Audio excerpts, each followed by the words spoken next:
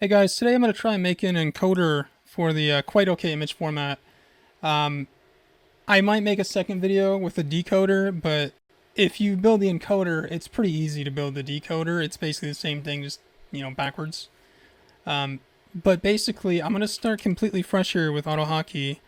It's just blank, and first thing I would recommend is like if you want to do this for any real reason, like the whole point of QOI is the speed of the decoding and encoding is really fast. It's not quite as efficient as PNG when it comes to compression. Um, so with that in mind, because it's mostly used for speed, AutoHotkey is not going to get much benefit here because AutoHotkey is really slow. But at the same time, it's a really fun project to do because it's kind of like a puzzle. You get all the pieces and you got to figure out how to put them together, and the end result is usually pretty fun. So I'm gonna do it through AutoHotkey, even though it doesn't really serve much purpose. It would be better to write it in like C++ and then use like machine code or a DLL or something and then call it from there. But here's the official website, and you'll find some references here. There's a GitHub project, which I haven't looked at yet. Format specification. This is where I was originally introduced to it from. And this is basically the entire format right here. So this is it. And it has what it calls chunks, which is basically operations. And they're like these are only a couple bytes. The biggest that you're going to get is, I think, this one right here, which is 4 bytes. Or no, 5 bytes. But that's like worst case scenario. Anyway, there's some images here, test images. I've already downloaded those and put those into the folder, which you'll see here. But if we go here, there is one thing I saw earlier, which is where is it? Right here. So this allows you to view QOI images in Windows Explorer. So definitely recommend downloading this. I'll go ahead and do it right now. You can follow through if you want to.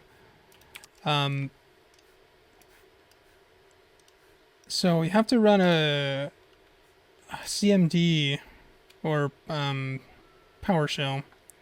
We'll just copy this. So one thing you can do, actually, a lot of people might not know this, if you go into the search bar here and you just type in CMD, it opens CMD to this folder. And then we can just do reg svr32, and then I'm just going to copy the name here. And then I'll run that. And as you can see, all the images are now showing up correctly. So these are QOI. Now, here's the thing. In their logo, it looks like a fish. So I'm assuming the proper way to pronounce this is koi. So I'm going to be calling it that from now on. I think that's probably right. I'm not sure, though. But koi images now show up correctly. And I'm going to primarily be using this to test if my encoding is working correctly. So I'm going to close these down, and mostly this is what I'm going to be using here. I'll make it bigger so you can see. But yeah, so let's get started. But this should be easy to follow along with, and I'll explain what I'm doing along the way. But first thing first, I do want to use a class structure. So I'm going to do QI class. And then in new, I'm just going to initialize GDIP. And then there's going to be an encode function. And what I want to do here is basically I just want to do because there's a bunch of chunks here. I want to test a chunk. If it doesn't work, test the next one, test the next one. And I'm just going to have it like an if statement. So like if run, then do that one, go to the next one. But if not, then go to index. If not index, go to difference. If not that, go to luma. If not that, go to RGB. If not that, then it must be RGBA. So I'm gonna write these out here, and I'm gonna do it in the order that the format wants you to do it, and I'm gonna write them in that order anyway.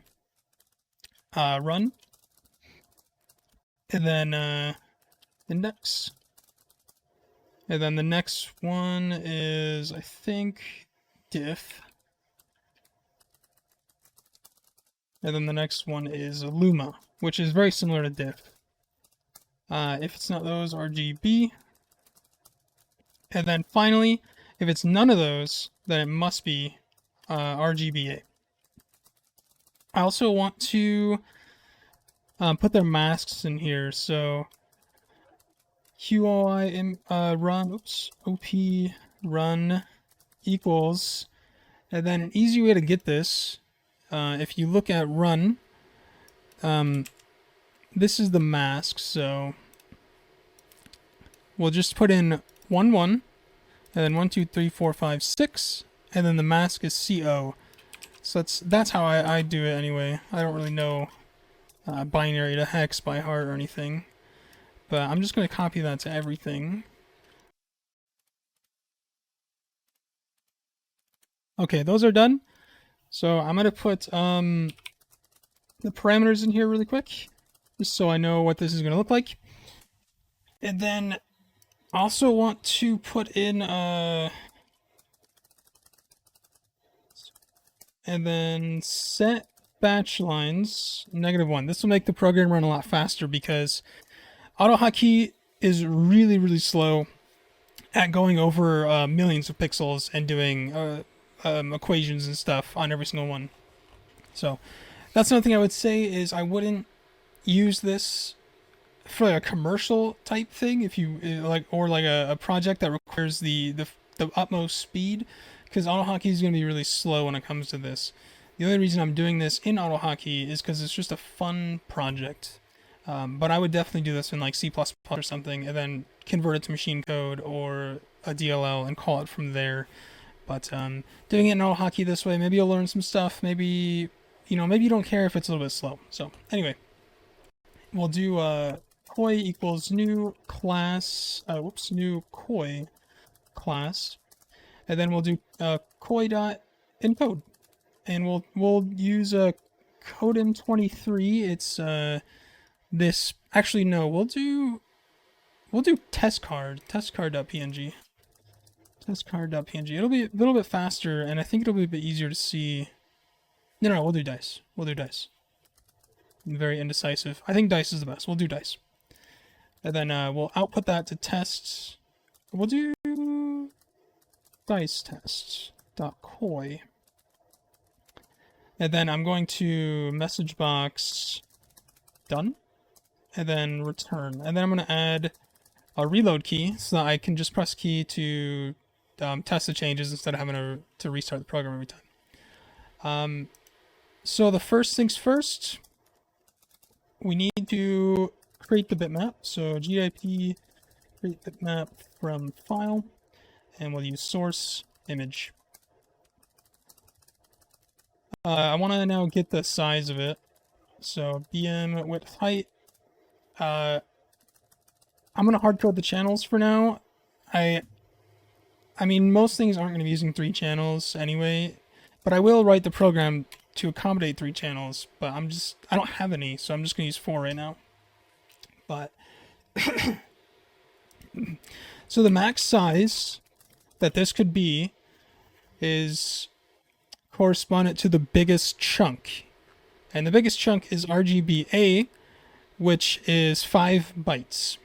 And it has the 4 channels plus an extra byte for the identifier. So we will do width times height times this dot channels plus 1. And you do the plus 1 because the identifier is a byte. So 4 channels, RGBA, plus the 1. That'll give you the worst case scenario. Every single byte is so different that it has to be stored as this. This would be the max size. So var set capacity, buffer, and then max size. And then we'll do this dot buffer equals buffer, create a pointer to the buffer. Oops. That way we can use it inside these functions later. Okay. So, excuse me. I'm going to write some helper functions here. I'm going to use a few of them, but we're going to do write, which is this dot pointer equals 0. This will hold a, what the heck? this will hold a pointer to the current address that we're writing to. And then the write function will automatically update it, so we don't have to keep updating the pointer as we write, and instead we'll just have it automatically do it. So we'll have a function which accepts parameters as an array. And then we will loop through the array and write them. So we'll do numput v into this dot buffer at this dot pointer plus plus to increment it as a uchar. So now this will write the bytes into the buffer and update the pointer. And I'm also going to have a 32 as well, which will accept integers. And then we'll do ints, 4kv and ints, and then uint. But I don't know if you can increment. I don't know if you can do like plus equals 4 like that. So I'm just going to add it separately here. So yeah, that's good. So now these two helper functions are useful. So I'm going to run hxd, which is a hex editor. And I would definitely recommend using a hex editor if you're working on something like this. It makes it way easier to figure out where you went wrong and whatnot. But I'm going to open up this koi image because these 4 bytes right here have to be the first 4 bytes. So we'll write that in here. We'll do this dot write, and then it would be 71, 6f, 69, and 66. And that's for this header up here. And then the next thing below it is the width and the height. But you'll notice this means it needs to be in big endian format, and by default it would be in little endian, so we need to swap the endian around. So I'm also going to make another helper function, which is swap endian. There might be a way to do this in AutoHotKey, I'm not really sure, but we'll take the int and we'll do a equals int bit shifted. Oh, oops, I don't know what I'm doing here. And then bit shifted 24. And then a, wrong way there. B equals int. Oh my god, what am I doing? I'm making so many mistakes here. And then int, just masking off the ones we don't need. And then finally d equals just this mask. And then we will do return those values now swapped around. So, oops, I don't need to do that. A 24 plus B 16 plus C 8, and then finally plus D. So now the endians will be swapped when we call this function. And we'll do this dot write 32. We need to write 2 values, the width and the height. So we'll do this dot swap endian with width, and this dot swap endian with height, and then this dot write. So after the width and the height, we have channels and color space. So this dot channels, and then the color space I'm going to leave 0. I honestly have no idea the difference between the two. I'm assuming though you're always going to want to use 0 for the most part. So the header is now finished, and that reminds me, the max size, I forgot about this. You need to also include the header and the end byte value as well. So 14 is the header size, plus 8, which is the end size, which this 8 by end byte marker, I think is, yeah, it's right down here. So the end of a koi image must always end with 7 zeros followed by a single 1. And we'll write that down here for the time being. 1, 2, 3, 4, 5, 6, 7, 1. This will be end of file. But most of the important stuff is going to happen here. It's going to happen here when we get to it. But I'm just going through the setup for the time being. Okay. So, there's going to be a couple things we need to add in here. And I've read the specifications beforehand, so I know a little bit of what to do. If you want to read them yourself, I recommend going to just Google Koi, and the first image should bring you to right here, and then you can click on the file format specification. So we need a pixel array. So we'll do this dot pixel array equals an empty object, and it needs to have 64 elements, but it needs to be 0 based. So we'll do loop 64 this dot pixel array a index -1 equals 0. It needs to be zeroed out. Where did it say to do that? It said it in here somewhere. Right here. A running array 64 0 initialized of previously seen pixels, which we will update in the loop that we do later. We also need to store a current pixel and a last pixel, and we're gonna do that in an object. So this pixel equals color. Actually, we're gonna be editing this one during the loop. We don't need that right now, but this one we do need to update. Last pixel equals. So by default, it must be initialized as a black image with full alpha, or with maxed out alpha. So the way I'm gonna do it is I'm gonna store pixels as an object with color ARNG and B. So then we'll do R is 0, G is 0, B is 0, and alpha is max. It's important to make sure it's like that. Okay, so now the thing we need is a run index, because we have this running array. We need to also store a variable for the index that we're currently on in the run length encoding that we'll be doing later in this operation right here. That's most of it set up now. So I'm going to start the loop, and we're going to need a few things. We're going to need the total bytes, and that'll be the width and the height times the channels. And then we also need to specify the ending pixel, which is simply the total bytes negative this dot channels, so that the end pixel is the end pixel, not after it. That's why we do negative channels there. And then this dot index equals 0. This will hold the current loop index. And then now we'll lock bits really quick. Scan stride BM data. And now we'll do while this dot index is smaller than total bytes.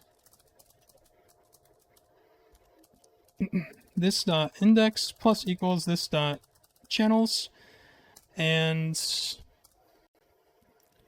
we'll grab the colors, and they're stored in BGRA format. So we'll do numget scan at this dot index as a uchar, and then we'll just do +1, 2, 3. But alpha will be set as max, and we'll only read it if this dot channels equals 4. So if the channel is if there's only 3, so if it only has RGB, then just assume alpha is maxed. Okay, and then we'll say this dot pixel equals color as, and then we'll just add these really quick.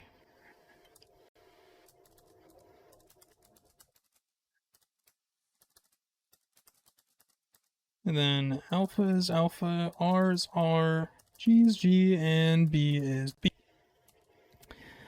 And then at the end, last pixel equals this dot pixel. So we have the main loop ready to start writing the operations. We have the current pixel, and then after we do the other ones, we'll update the last pixel, increase the index, and that's it. So now I'll start to get to writing the functions now. And if you read here, this is the order in which to do them. I've also written them in order here as well. So it'll do, we'll have to check run, then index, diff, luma, RGB, and RGBA. So we'll start with run. And that's essentially down here. It's just a run length encoding. So we're checking if the pixel is the same as the last pixel, then increase the run index. If the run has hit 62, which is the highest it can go to, because 63 and 64 would conflict with RGBA and RGB, and then update it. So should be pretty simple. We'll start with checking the colors. So if this dot pixel dot color equals this dot last pixel dot color, then we'll then increase the run index firstly, and then we'll do if this dot run index equals 62, so if it's as high as it can be, or this dot run index equals this dot end pixel, or actually, I'm sorry, not run index, this dot index. So if the current loop index is on the last pixel, then also end run array, because it's the end of the file. Just write down what we already have on the run array, and then it's the end. So we'll do this dot write, and we'll use the koi op run mask, and then we will put in this dot run index. How many bytes? We'll reset run index to 0, and then return a 1, because op run, this was correct. Don't continue to check the other ones. Op run was correct. Actually, that shouldn't be in here though. That should be here. So if the pixel was correct, then op run was the correct chunk to write. That way it doesn't check index, diff, luma, whatever. If the pixel was not the same, then it wasn't right, and we should return 0, which would allow us to then go check index or diff or whatever. But before we do that, we need to check if we were currently in a run. So if this dot run index is larger than 0, that means we're in one, and now we need to end it. So this dot run index equals 0, reset it, and then this dot write, same thing as this one. Now, one thing I forgot to do is that run length is stored with a bias of -1, which means I need to add -1 to both of these. But that's it for run. Run is done now. Let me actually write this so that you can get a good visualization of how I want to program this. So basically I want to do if this dot run, or if not this dot run, sorry, if not, or not this dot index. So if it's not, or not or sorry, and if it's not run and it's not index, then we'll go check more stuff. But luma, diff, and RGB, all of which are going to be checked next, all require that the alpha remains unchanged. So a quick way to check that is do alpha changed equals this dot pixel dot color equals this dot last pixel dot color. So, or I'm sorry, if it does not equal. So if they do not equal, that means the alpha was changed. And because these three require it is not changed, then we can just write in if alpha changed. And then the last one will be this dot op RGBA. So what it does is it says if alpha was changed, then it means it cannot be the other operations, so just do RGBA, which is the last step in it. If it doesn't do anything else, it must be RGBA. But if the alpha was not changed, then let's check those. So op, I think the first one, let me double check, but I think it's diff. Yeah, it's diff. And because op diff is smaller than luma, we check that one first. So diff, if not diff, or not this dot op luma, or finally not this dot op RGB. So this is everything that will be checking the operations of the chunks. So if it's not run and it's not index, then let's check the next ones. If alpha is changed, it means it can't be any of these three, so it must be this one. If it's not changed, then we'll check difference, luma, RGB, and again, if it's not those, it must be RGBA. So there we go. And we already have run done. The next one is index, and this is where we deal with the pixel hash here, which is right here. So I'm just going to do hash equals, and it's a mod, so this dot pixel dot r times 3 plus this dot pixel dot g times 5 plus this dot pixel dot blue times 7 plus this dot pixel dot a times 11, and it's going to be by 64. So it'll return a value from 0 to 63, and that's where we have our pixel array set up with a value of 0 to 63, and this will hold the colors. So let's look at index, and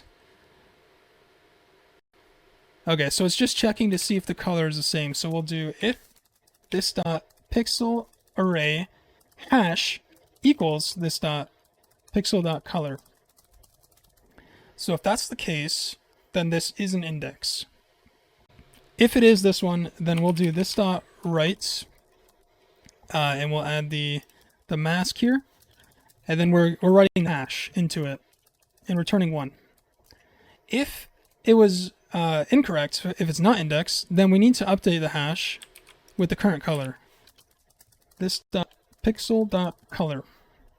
So update the hash with that color, and we'll return a 0. Okay. Next one is going to be diff. And this one essentially is, if we look here, it's checking the difference between the RG and B color channels, again, assuming alpha is unchanged. And then if the difference is within -2 to +1 on all of them, then this is the valid chunk to write.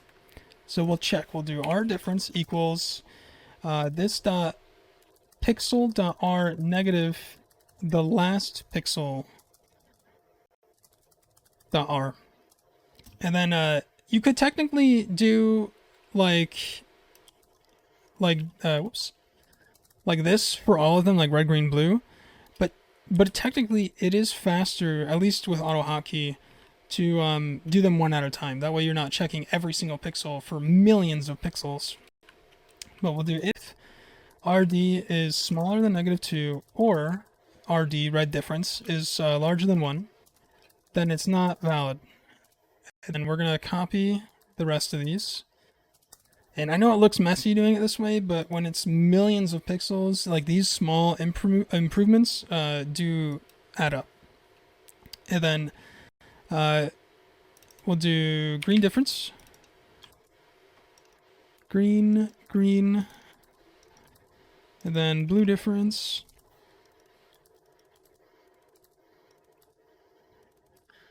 And then, if we get to this point, then it's correct. And what we'll do is we'll just do this dot write, and it's going to be difference. And these are written 2 bits each. So the red difference needs to start at bit 4, green at 2, and then blue at 0. Another thing to note, just like run, these also have a bias, and the bias is positive 2. That way, the value is always stored between 0 and 3. So we will add the red difference at 4, but it is, again, plus 2, plus green difference at 2, and again, plus 2, keep forgetting to write that there, and then plus blue difference, plus 2, and then return 1. So that's the normal difference, and that should work just like that. And the next one is Luma, which is very similar to difference, but it's just stored a little bit differently, and it checks a little bit differently, but it's going to look almost identical. So I'm just going to copy this, and basically we're gonna start with green difference this time. So you'll see here it's actually stored in 2 bytes, Luma. The first one stores the difference between green in 6 bits, and the other ones in 4 bits each. So we're going to start with the green difference this time, because the red difference is and the blue difference are based on the red differences minus the green differences. And these have a value. So green is negative 32 to 31. If it's in that range, it's valid. And then red and blue must be negative 8 to plus 7, based on their difference minus the green difference. So I'll write it out here. I know it sounds kind of confusing, not the best way of explaining it, but pretty easy here. So just like these differences required a range of negative 2 to 1, green needs negative 32 to 31. So we'll write that here. Negative 32 to 31. And then this is where things change a little bit here. Let me write that too before I forget. So this will be red-green difference. And then this will be red-green difference, red-green difference. And then negative green difference. And then, so blue-green difference, negative green difference. These ones must be in the range of negative 8 to 7 to be valid. So that looks correct, but they're written differently this time. So they're in 2 bytes each. So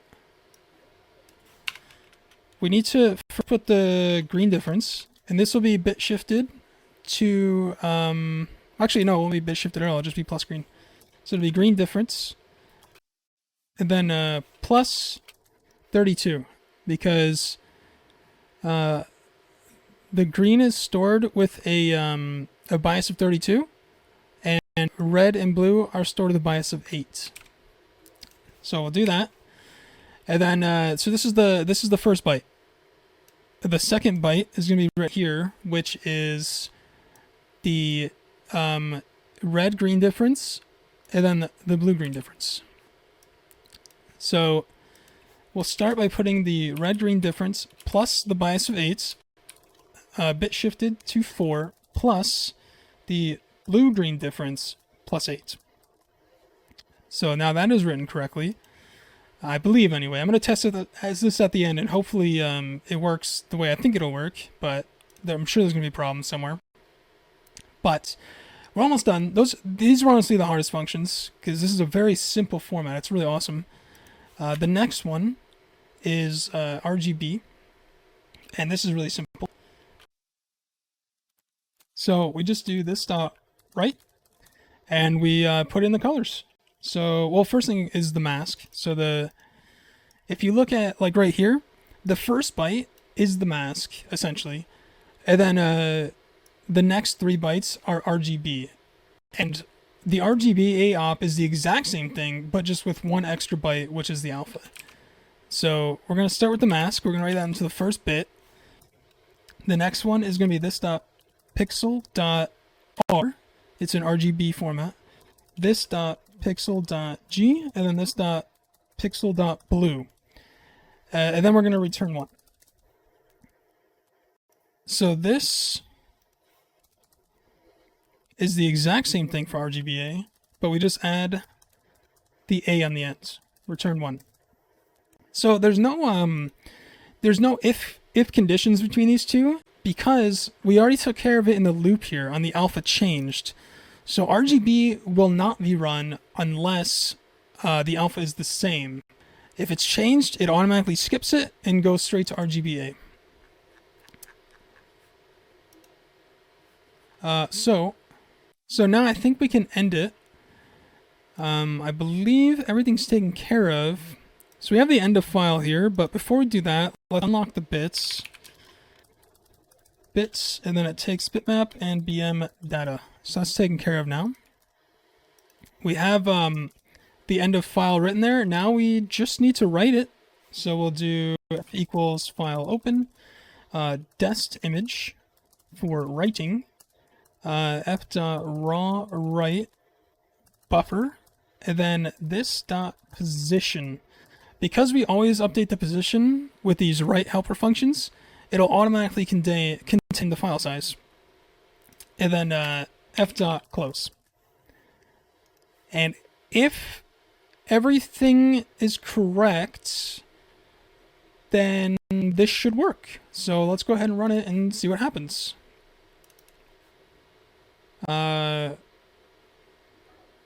Hopefully it works. Okay, it didn't work. It crashed. So something is written wrong in here.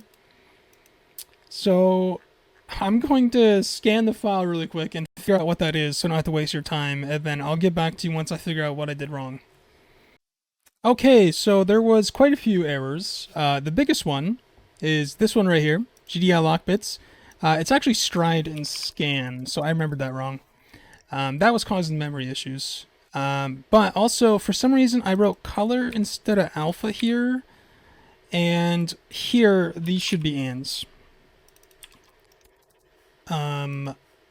Let me check, see if there's anything else. Those are the big ones. The lock bits one was the worst, but oh yeah. So swap endian, I didn't actually do the swap endian. I literally just wrote the exact same thing, so it should be the reverse of this. So I wrote the function out, I just didn't do it right. But yeah, and here I'm resetting the run index before I write it, which means it's not doing anything. So fix that. I think that's it. When you rush this stuff, you know, mistakes are bound to happen, but that's the beauty of it. You fix your mistakes. Let's see if it works now. So I'm going to press F9 to reload, and we'll see what happens here. We want to see a message box, hopefully. Yeah, there we go. Okay. And then we get this, which means, oh, 0 bytes. Okay, this should be pointer. I don't know why I wrote position there. F9 to reload again. And aha, we have an image. Doesn't look right though. So let's see. We'll open up the one it should look like, and we'll compare the differences. So these are the header bytes. I don't know how to zoom this in, but these are the header bytes. They don't matter. This is where it starts to matter. And mine's the same there, but here on F, mine has an index, and theirs has, what is that, 11? Is that a run? Where's run at? Yeah, that's a run. So it should be a run, but mine's storing it as an index, which means there's something wrong in the run function. So there's something wrong here. So let's figure out what that is.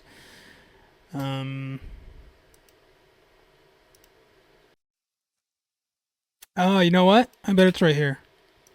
For some reason, I didn't have a return to that. Let's press F9 again and see what happens. No, it's still the same. Check here again, make sure it looks good. Oh, wait, hang on a minute. Okay, that did fix that. This is being written down as a run now. But it looks like the next error is right here. So this is saying it should be another run.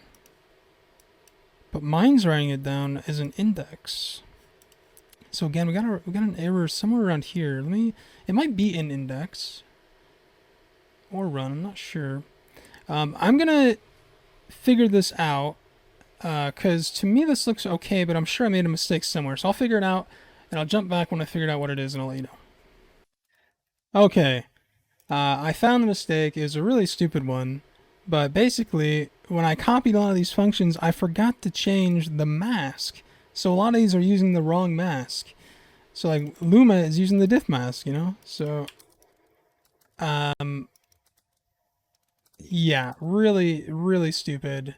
This one looks good though. Diff's using the right one. Index. Unbelievable. Okay, so let's rerun that. See if that makes a difference. I don't know if that'll fix it, but okay, so not quite, but it's closer. So there's some other mistake going on here. But this is looking a lot better though. Did I make any more simple mistakes like that? That's unbelievable. Okay, so after looking at it in the hex editor, I found that it fixed a lot of it, but there was one error right here where the correct file calls, I think that's, what is 10? Is that a run? No, it's Luma. So it calls Luma, but mine calls RGBA. So there was a problem with Luma. For some reason that wasn't working. I looked at the actual function, looked totally fine. What was the issue? I forgot the function. What do you call those? Parentheses? No, what are they called? Brackets or whatever. Anyway, now they put those in there. Let's see if it works. So press F9. It says done. Let's go check the folder and boom. There we go.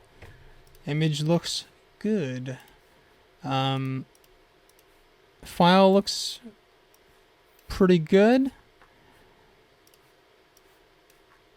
Yeah, and there it is. So the correct file ends with 7EDEO, and so does mine. And there you go. So that's the encoder. Pretty easy. Very simple file format. I wrote it in a way that I think works well. But again, AutoHotKey, very slow when it comes to millions of pixels. But if you wanted to have fun and try something, there you go. I might do another video on decoding or something, but encoding is the harder part. Once you know how it works, once you understand how each chunk or each op works, it's pretty easy to backtrack and write the decoder. But hopefully you guys found the video interesting and you learned some new stuff or had fun anyway. And yeah, it's a cool file format. Definitely like it. Let me know if you guys want to see another video on the decoder function. I can't imagine many people would need that information, but anyway, see you guys next time. So it just occurred to me that maybe you guys would want to see the other files encoded too, just to make sure that it only worked on just this one. So I actually already edited the video, and then I'm like, wait a minute, I only did one file. Let me do all of them just to show that it works on all of the files here. So we'll do codim 10, and we'll output it to test. So the I think it's still running, right? Yeah. Okay, so the bigger files take longer, but so there's tests. We can look here as well as properties. It's 652,383, and this one is 652,383. So it's exactly the same. Then we'll do codim 23 and press F9. And this is the thing with AutoHotKey, is like the bigger the file, the longer it takes. So it takes like 3 seconds to do one image. But so here's tests again. They look exactly the same. And then we'll do the Koi logo. So logo.png.